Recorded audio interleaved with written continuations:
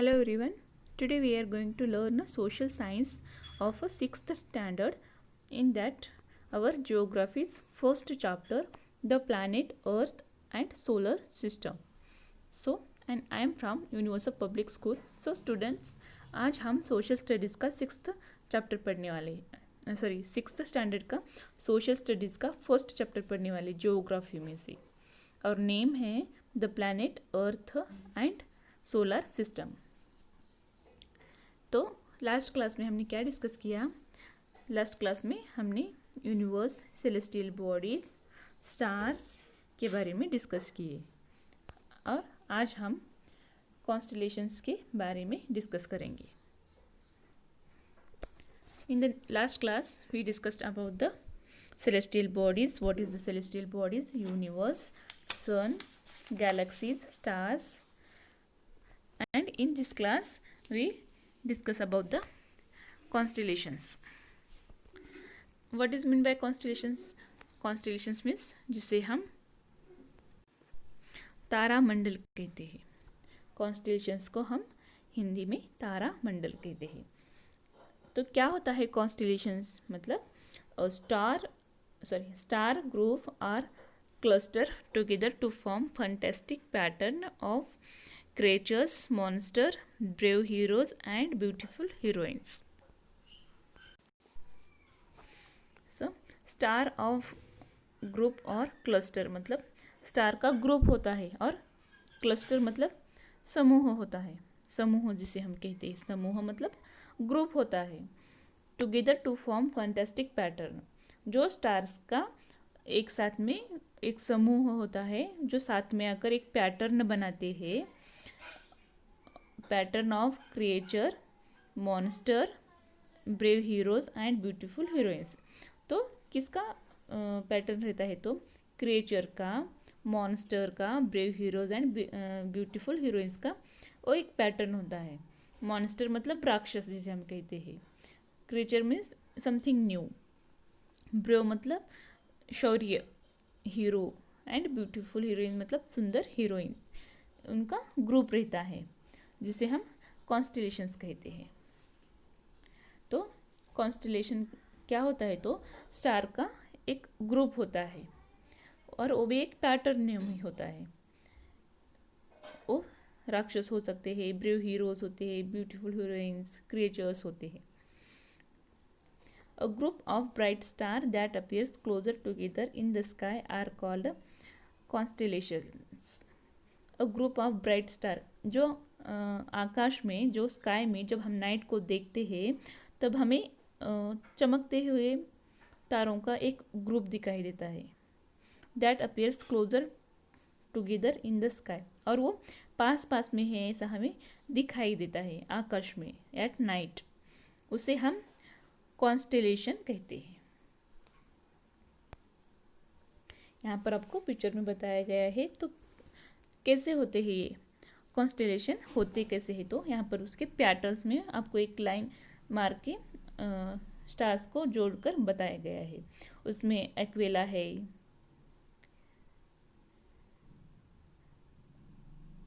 Capricorn है, Libra, loops, Scorpio, Sagittarius, ऑफिचर्स, ऐसे इसके ग्रुप में आपको बताए गए हैं ये पैटर्न्स में. तो इसे हम क्या कहते हैं? तो कॉन्स्टेलेशंस कहते हैं. ये जो तारों का ग्रुप होता है उसको यहाँ पर ज्वाइन करके आपको बताया गया है इस पिक्चर्स में. Legendary tales of courage, beauty and evil surrounded these star. Legendary मतलब हमारी दंत कथाओं ने बताया है कि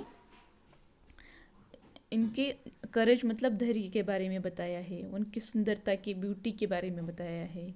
evil surrounded this star, evil मतलब बुराई, उसके बारे में बताया गया है यहाँ पर. One of the most famous constellation in the big dear और उर्सा मेजर. एक सबसे ज़्यादा फेमस कॉन्स्टेलेशन क्या है? तो उर्सा मेजर उसका नाम है.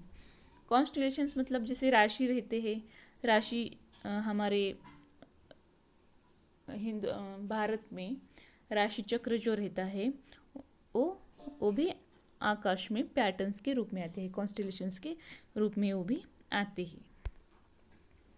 The constellation is the Big Bear Saptarishi. Sapta means 7 and rishi means sage, or small bear is easily recognizable in the night sky।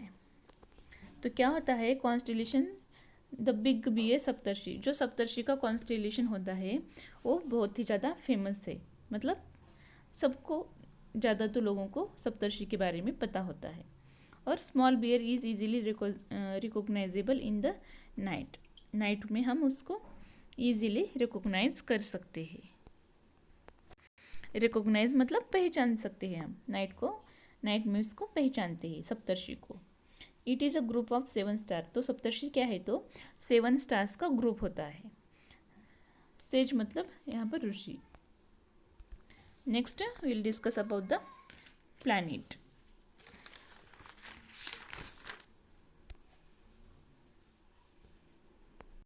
Before going to planet, here I have shown the some pictures of Ursa Major। Ursa Major क्या है? तो एक pattern है और वो ऐसे दिखाई देता है। यहाँ पर फर्स्ट पिक्चर में जो आपको दिखाया है वो उर्सा मेजर का पिक्चर है, एंड सेकंड में उसके बिग डायपर, लिटिल डायपर बोल के ये आपको उसके पैटर्न्स दिखाए गए हैं कॉन्स्टेलेशंस के। तो यहाँ पर जो ये सब 7 ऋषिज का है, यहाँ पर ये जो बताया गया है, ये जो पैटर्न है यहाँ पर का, वो सप्तर्षि का पैटर्न है। और वहाँ से ठीक हम जैसे यहाँ से नीचे आते हैं, यहाँ पर एक नॉर्थ स्टार है जिसे हम ध्रुव तारा कहते हैं। उसके ध्रुव तारा को, उस स्टार को देखकर पहले के लोग डायरेक्शन फाइंड करते थे, मतलब दिशा ढूंढते थे नॉर्थ स्टार को। और यहाँ पर ये जो फर्स्ट पिक्चर में ये जो है वो उर्सा मेजर का पिक्चर है, और यहाँ पर उसका नॉर्थ पोल है। तो इसको देखकर हम पहले के लोग इसे देखकर डायरेक्शन फाइंड करते थे। अभी डायरेक्शन फाइंड करने के लिए उनको बहुत सारे इक्विपमेंट्स है, जैसे कि बहुत सारे इक्विपमेंट्स है फाइंड करने के लिए, दिशा ढूंढने के लिए, समझने के लिए। Now we discuss about the planets.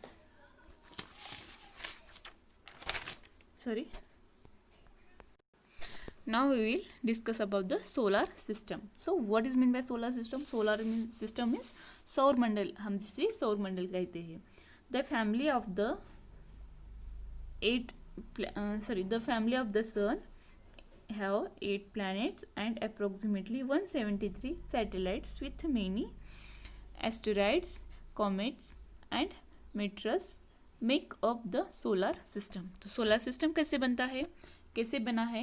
ये जो सन है, सन जो स्टार है जिसे हम तारा कहते हैं, वो उसके पास 8 प्लैनेट्स है एंड अप्रोक्सीमेटली मतलब उसके पास 173 सैटेलाइट्स है with many asteroids.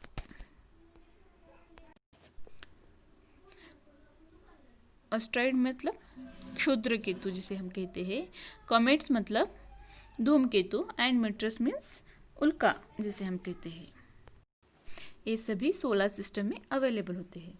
The word solar is derived from Latin word solaris which means sun. तो सोलर क्या है? सोलर वर्ड कहाँ से आया है? तो एक लैटिन वर्ड है। लैटिन एक लैंग्वेज है और उस लैटिन लैंग्वेज से सोलर वर्ड आया है, जिसका लैटिन में उसको सोलारिस कहते हैं, जिसका मीनिंग होता है सन। सन मतलब सूर्य जिसे हम कहते हैं। The solar system hence means family of the sun.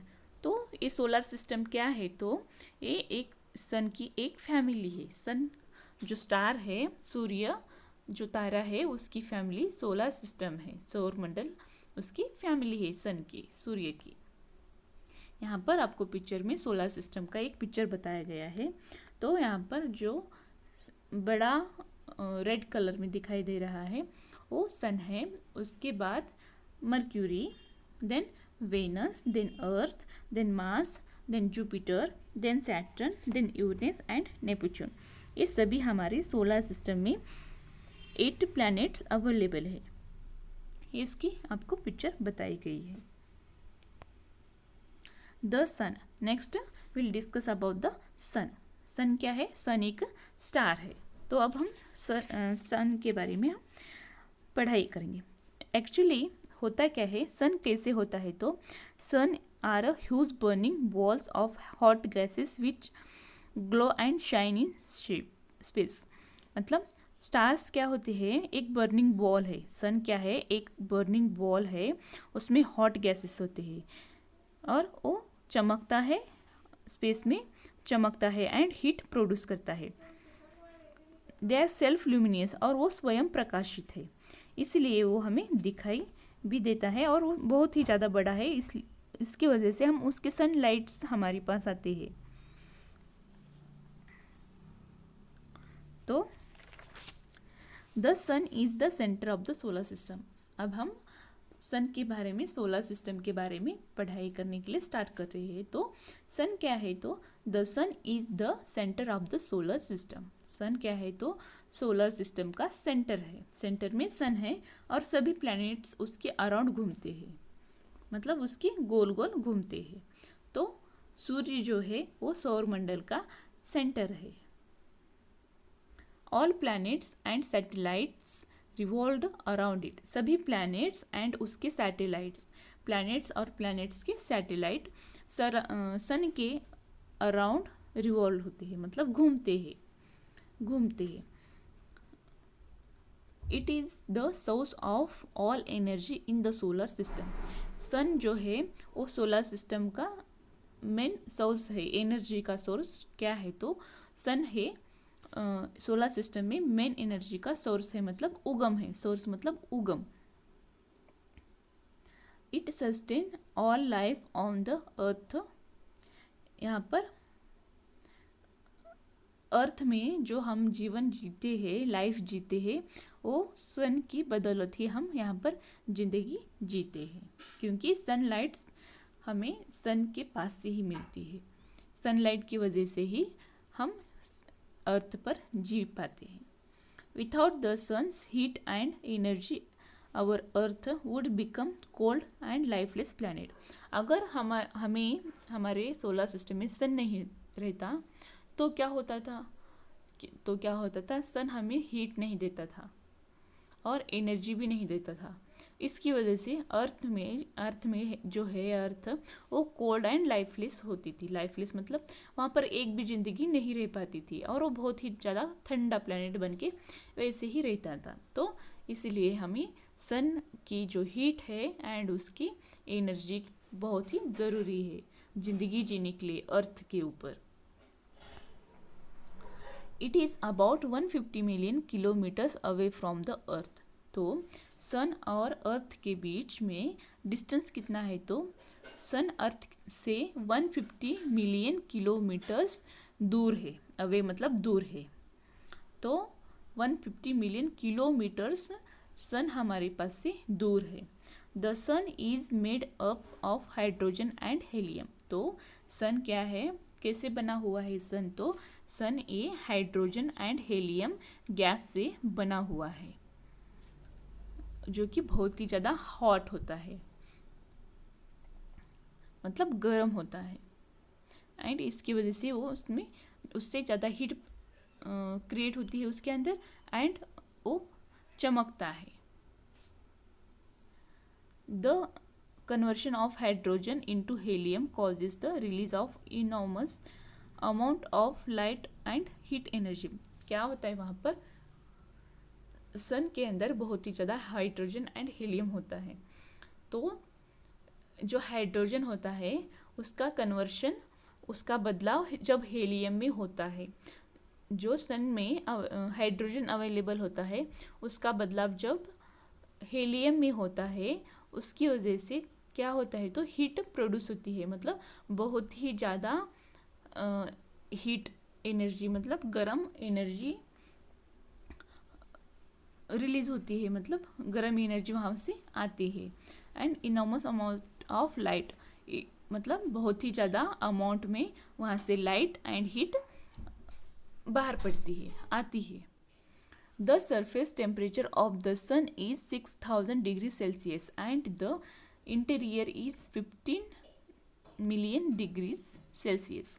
तो क्या होता है, the surface of the temperature of the sun, दो सरफेस टेम्परेचर, सन का जो सरफेस टेम्परेचर है वो 6000 डिग्री सेल्सियस होता है, इतना ज़्यादा वहाँ पर टेम्परेचर होता है। एंड इंटीरियर, सरफेस का टेम्परेचर 6000 डिग्री सेल्सियस होता है, मगर जब इंटीरियर मतलब अंदर का, सन के अंदर का जो टेम्परेचर है वो 15 मिलियन डिग्री सेल्सियस में होता है। 15 मिलियन डिग्री मतलब 15 करोड़ों अरबों में उसका डिग्रीज में उसमें उसका टेम्परेचर होता है, interior temperature of the sun.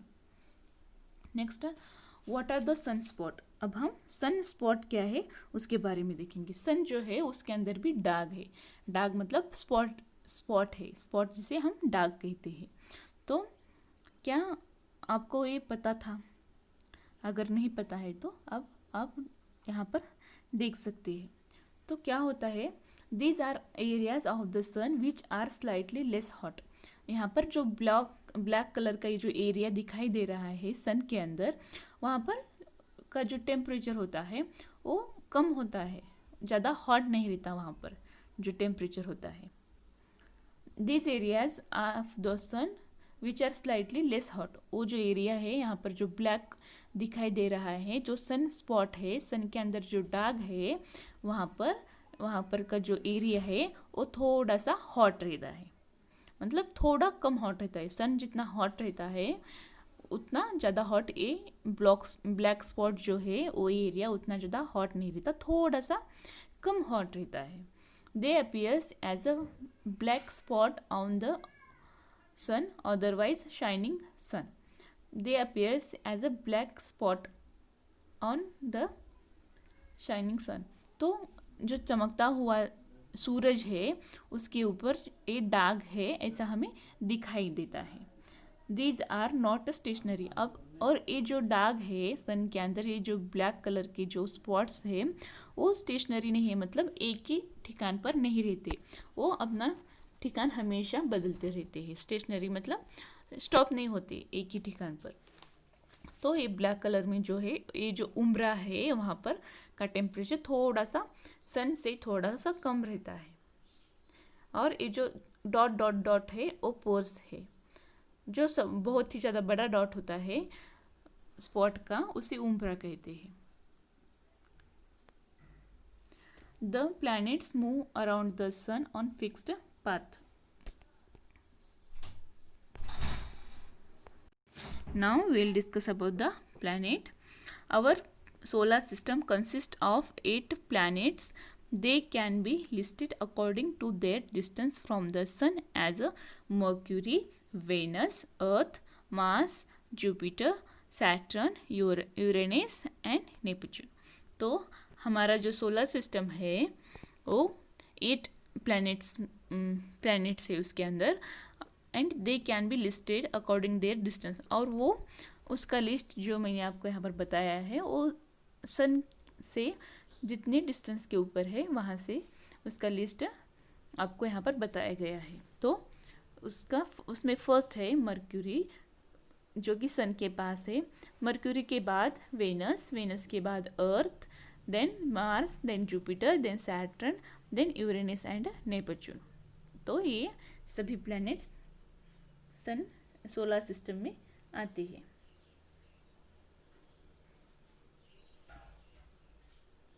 The largest planet is Jupiter, where are the smallest planet is Mercury. तो प्लैनेट्स में सबसे ज़्यादा छोटा प्लैनेट कौन सा है, तो जिसका साइज छोटा है वो मर्क्यूरी है। एंड बड़ा साइज कौन से प्लैनेट का है, तो जुपिटर का सबसे बड़ा साइज है। The planets move around the sun on fixed path. जो प्लैनेट्स रहते हैं सन के अराउंड घूमते हैं, मतलब सन के गोल गोल घूमते हैं, उसके भोवताल में, मतलब सन के बाजू से घूमते रहते हैं। वो भी उनका एक फिक्स्ड पाथ होता है, एक उनका एक रास्ता होता है जो घूमने के लिए वो फिक्स होता है। दिस पाथ आर एलोंगेटेड, और वो जो पाथ रहते हैं, एलोंगेटेड मतलब लंबा, उसका जो पाथ रहता है, रास्ता रहता है, वो लंबा रहता है। This moment is called revolution, और वो जो पाथ रहता है, वो जो लंबा पाथ रहता है, जो सन की गोल अराउंड जो घूमता है, उसे हम रिवॉल्यूशन कहते हैं। तो रिवॉल्यूशन होता है। The path on which the revolve are called orbit. Orbit मतलब परिक्रमा। जो पाथ रहता है, जो रास्ता रहता है, जिसके ऊपर से जो प्लैनेट्स सन के अराउंड घूमते हैं, वो जो रास्ता रहता है, उस रिवॉल्यूशन को, जो प्लैनेट सन के अराउंड घूमते हैं, उसे हम ऑर्बिट कहते हैं। ऑर्बिट मतलब परिक्रमा। सभी प्लैनेट्स सन की परिक्रमा करते हैं, सूर्य की परिक्रमा करते हैं, मतलब उसको फेरे डालते हैं। Each planet has its own fixed orbit. तो सभी प्लैनेट्स का, जिनका उनका खुद का एक ऑर्बिट होता है, एक परिक्रमा होती है, और उनका उनका अलग अलग पाथ रहता है, अलग अलग रास्ता रहता है। उस रास्ते से वो सन को परिक्रमा करते हैं, मतलब फेरी डालते हैं। While planet revolve around the sun, they also move around their own axis. This moment is called rotation. जब सभी प्लैनेट्स सन के अराउंड घूमते हैं, रिवॉल्व मतलब घूमना, सन के अराउंड जब घूमते हैं, तभी वो सभी प्लैनेट्स खुद के अराउंड भी घूमते हैं। वो क्या करते हैं, सभी प्लैनेट खुद गोल गोल घूमते हुए ही सन को फेरी डालते हैं, मतलब सन को परिक्रमा करते हैं। वो खुद के अराउंड घूमते हुए, उनका एक एक्सिस होता है, वो एक्सिस से वो खुद के अराउंड घूमते हुए सन को परिक्रमा डालते हैं। This moment is called rotation, और उसको हम रोटेशन कहते हैं। तो क्या होता है, सभी प्लैनेट्स खुद के, उनका एक एक्सिस होता है, उस एक्सिस से वो घूमते हैं, अपने आप गोल घूमते हैं। अपने आप गोल घूमते हुए सन को वो परिक्रमा करते हैं, सन की परिक्रमा करते हैं, मतलब रोटेशन करते हैं, उसको हम रोटेशन कहते हैं। यहाँ पर आपको पिक्चर, एक सोलर सिस्टम का एक पिक्चर बताया गया है, जो कि सन है, मर्क्यूरी है, वेनस है, उसमें कॉमेट्स है, मेट्रस है, एस्ट्रॉइड्स है। ये जो एस्ट्रॉइड बेल्ट्स बताया गया है, जो कि Mercury, earth, Venus and Mars के बाद ये जो एस्ट्रॉइड का जो बेल्ट बताया गया है, वहाँ से हमारे प्लैनेट्स दो inner planet and outer planet हम डिवाइड करते हैं। जो कि यहाँ पर मेन बताना क्या है, तो ये जो प्लैनेट्स है, वो खुद के अराउंड घूमते हुए सन की परिक्रमा करते हैं। Planets move around the sun in anti clockwise direction. तो जब प्लैनेट्स सन के अराउंड घूमते हैं, सन को परिक्रमा करते हैं, तो उनका डायरेक्शन क्या होता है, उनकी दिशा क्या होती है, तो एंटी क्लॉकवाइज डायरेक्शन में वो घूमते हैं। एंटी क्लॉकवाइज मतलब जब हमारे घर में जो क्लॉक होता है, जो घड़ी होती है, वो कैसे घूमती है, वो क्लॉकवाइज डायरेक्शन में घूमती है।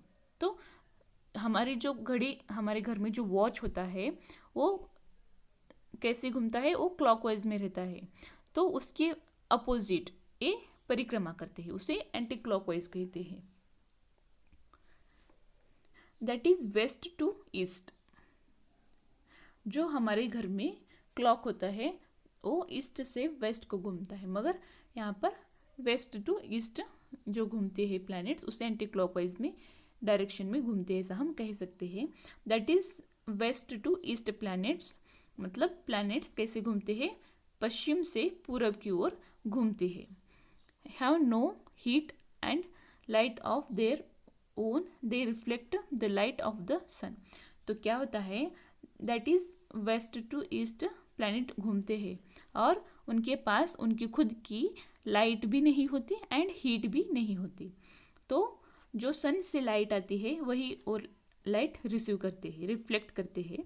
सन से जो लाइट आती है, जो हीट आती है, वही हीट एंड लाइट सभी प्लैनेट्स एंड सैटेलाइट्स रिसीव करते हैं। The word planet means wanderer in Greek. तो ग्रीक जो वांडरर मतलब घूमने वाले, फिरते रहते हैं, इसीलिए द ग्रीक वर्ड वांडरर को प्लैनेट बताया गया है, मतलब प्लैनेट को ग्रीक में वांडरर कहते हैं। वांडरर मतलब प्लैनेट, ग्रीक मीनिंग होता है उसका। Planets were named so because they always seem to wander. Planets को वांडरर नेम क्यों दिया गया है, तो वो हमेशा घूमते रहते हैं, वांडर मतलब फिरते रहते हैं, तो इसी की वजह से प्लैनेट्स भी फिरते रहते हैं सोलर सिस्टम में, इसी की वजह से प्लैनेट वांडरर को प्लैनेटरी नेम दिया गया है। All planets do not take the same time to complete a revolution. तो सभी प्लैनेट्स सन के अराउंड परिक्रमा जो रहती है वो पूरी करने के लिए सेम टाइम नहीं लेते, अलग अलग टाइम लेते हैं। Planet close to the sun has a smaller orbit as compare to the further away from the sun. जो सन की क्लोज मतलब सन के पास जो प्लैनेट्स है वो उनका परिक्रमा पूरी करने के लिए थोड़ा टाइम लेते हैं compare to other further planets, मतलब जो सन के दूर प्लैनेट जो है वो ज़्यादा टाइम लेते हैं। तो कहने का मतलब है जो मर्क्यूरी प्लैनेट है वो सन के अराउंड घूमने के लिए बहुत ही कम टाइम लेता है, वही हमारा अर्थ सन से थोड़ा दूर है इसलिए ज़्यादा टाइम लेता है परिक्रमा पूरी करने के लिए। Mercury takes only 88 days to complete one revolution. तो मर्क्यूरी जो प्लैनेट है वो सिर्फ 88 डेज में एक रिवॉल्यूशन कंप्लीट करता है, एक परिक्रमा पूरी करता है। वही हमारा जो अर्थ है, our earth which take 365 days and 6 hours to complete it. वही हमारा जो अर्थ प्लैनेट है वो सूरज की परिक्रमा पूरी करने के लिए 365 डेज एंड 6 आवर्स लेता है, जिसे हमें एक साल लगता है, जिसे हम एक साल कहते हैं। तो मर्क्यूरी जो मर्क्यूरी में जो परिक्रमा होती है वो सिर्फ 88 डेज में कंप्लीट होती है और हमारे पास 365 डेज लगते हैं एंड 6 आवर्स लगते हैं। Planet are categorized into two categories, that is inner and outer planets. जो हमारे प्लैनेट्स है वो दो कैटेगरीज में डिवाइड किए गए हैं, उसका नेम है inner planet and outer planet. Inner मतलब अंदर के प्लैनेट एंड आउटर मीन्स बाहर के प्लैनेट्स। तो इनर प्लैनेट्स के बारे में हम डिस्कस करते हैं। Mercury, Venus, earth and Mars are the inner planets. Mercury, Venus, Earth और मार्स जो है वो इनर प्लैनेट है, are very close to sun and made up of rocks, are known as the terrestrial planet.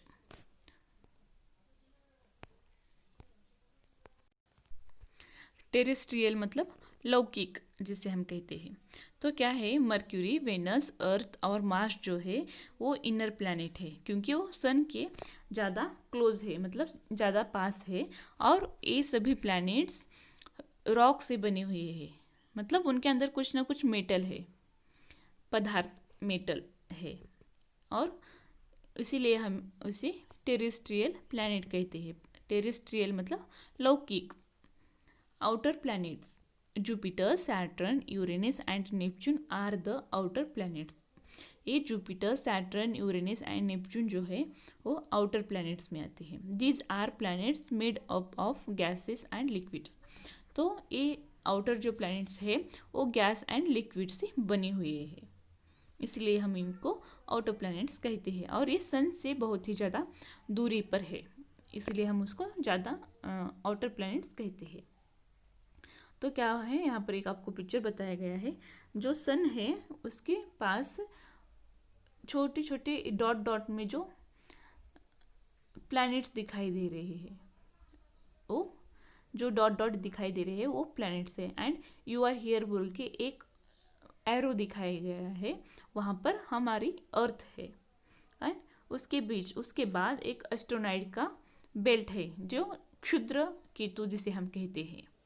मतलब वहाँ पर rocks का एक लेयर होता है। उसके बाद Jupiter, Saturn, Uranus and Neptune है। तो ये जो प्लैनेट्स है वो आउटर प्लैनेट है। Mercury, Mars, Venus and earth ये इनर प्लैनेट है। जुपिटर, मार्स, यूरेनस और नेपच्यून ये आउटर प्लैनेट्स है। और इनर जो प्लैनेट्स है वो किसी न किसी रॉक से बने हुए हैं। रॉक मतलब मेटल से बने हुए हैं। और ये जुपिटर जो आउटर प्लैनेट्स है, Jupiter, Saturn, Uranus and Neptune, ये गैसेस एंड लिक्विड से बने हुए हैं। इसलिए हमने 2 कैटेगरीज में इनको डिवाइड किया गया है। ये जो एस्ट्रोनाइट जो बेल्ट है, यहाँ पर जो rock dot dot dot dot ये 4 प्लैनेट के बीच में जो एस्ट्रोनाइट का जो बेल्ट है, जो डॉट डॉट डॉट आपको दिखाई दिया है यहाँ पर, वो एस्ट्रोनाइट का बेल्ट इसको डिवाइड करता है। इसलिए हम इसको इनर प्लैनेट एंड इन चारों को आउटर प्लैनेट कहते हैं। Mercury is the nearest planet to the sun. Mercury जो है वो सन से नियर है, मतलब पास है। Saturn, Neptune is the last planets to the sun. जो नेपच्यून है वो सबसे लास्ट प्लैनेट है। Saturn has a ring around it. Saturn जो प्लैनेट है उसके अराउंड में रिंग बना हुआ है। Venus is closest to the Earth when is considered as Earth twin. Venus मतलब मंगल ग्रह जो है वो अर्थ के क्लोज है और उसे हम अर्थ का ट्विन कहते हैं। मतलब वो अर्थ जैसा है, इसीलिए हम उसको अर्थ का ट्विन कहते हैं, मतलब जुड़वा कहते हैं। Because its size and shape are very much similar to that of the earth. जो मंगल ग्रह है उसका शेप एंड साइज हमारी अर्थ से मिलता है, सिमिलर है मतलब मिलता है। इसलिए हम मंगल को, वेनस को अर्थ का ट्विन कहते हैं। यहाँ पर पिक्चर में आपको बताया गया है सन है, उसके बाद Mercury, Venus, earth and Mars है। उसके अराउंड एक बेल्ट है जो एस्ट्रोनॉइड के जो रॉक्स है। उसके बाद सैटर्न, यूरेनस, नेपच्यून ये अवेलेबल है। तो planets are spherical in shape. तो प्लैनेट्स कैसे रहते हैं, शेप कैसा रहता है प्लैनेट्स का, तो स्फेरिकल रहता है शेप उसका। They move around the sun in elliptical path called orbit.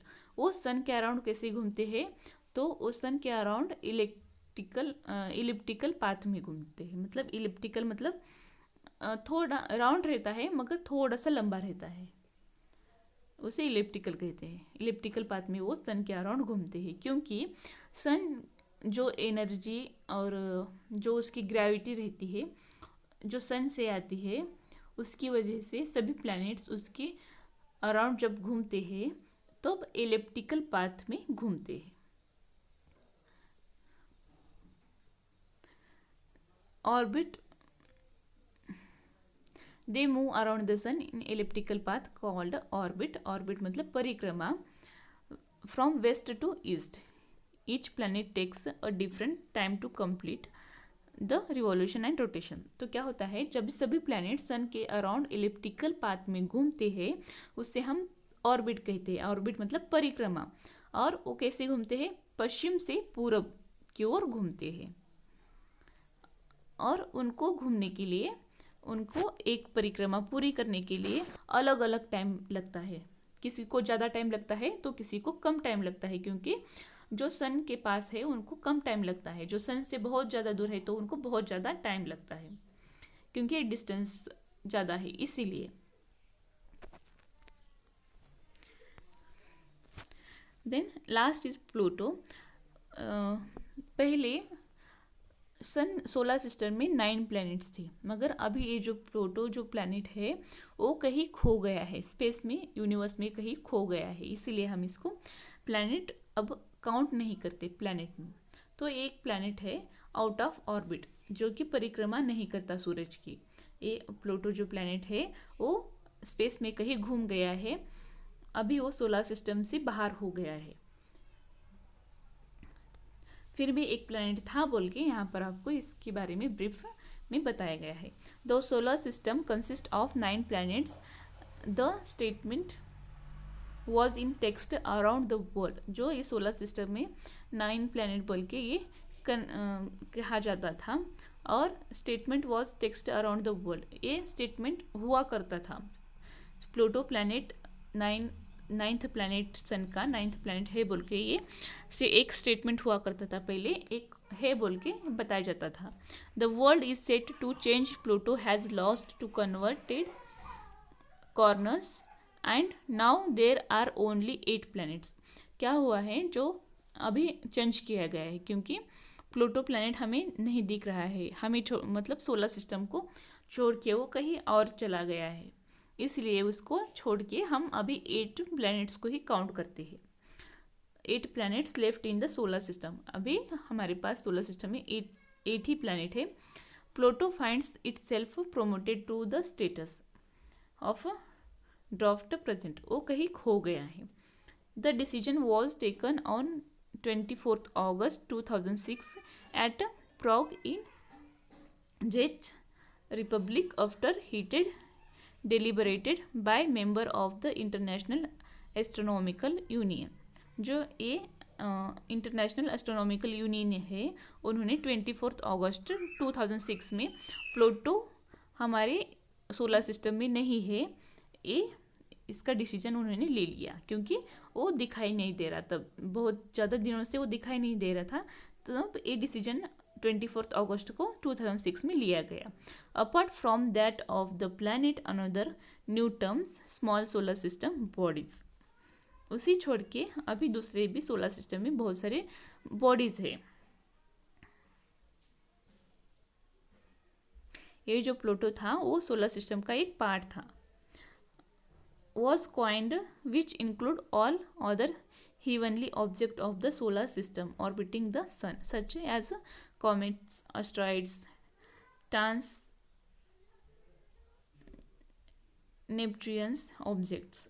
तो क्या होता है सोलर सिस्टम में जो प्लूटो था उसे छोड़ के भी बहुत सारे ऐसे प्लैनेट्स हैं जो कि सोलर सिस्टम के बॉडीज है, जिसे हम काउंट नहीं करते, जैसे कि एस्ट्रॉइड्स है, कॉमेट्स है, धूमकेतु, क्षुद्र केतु,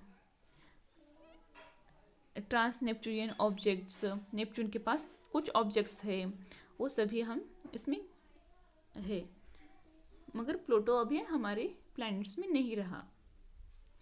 नेक्स्ट है planet a planet is a celestial body. तो प्लैनेट क्या है, तो सेलेस्टियल बॉडी है। सेलेस्टियल बॉडी मतलब जिसके अंदर गैस भरा हुआ रहता है, क्लाउड रहते हैं, गैसेस के क्लाउड रहते हैं, डस्ट पार्टिकल रहते हैं, उसे प्लैनेट कहते हैं। ये is in orbit around the sun. जो प्लैनेट होते हैं वो सन को परिक्रमा करते हैं। Has a sufficient mass for its self gravity to overcome rigid body force so that it assumes a hydrostatic equilibrium shape nearly round.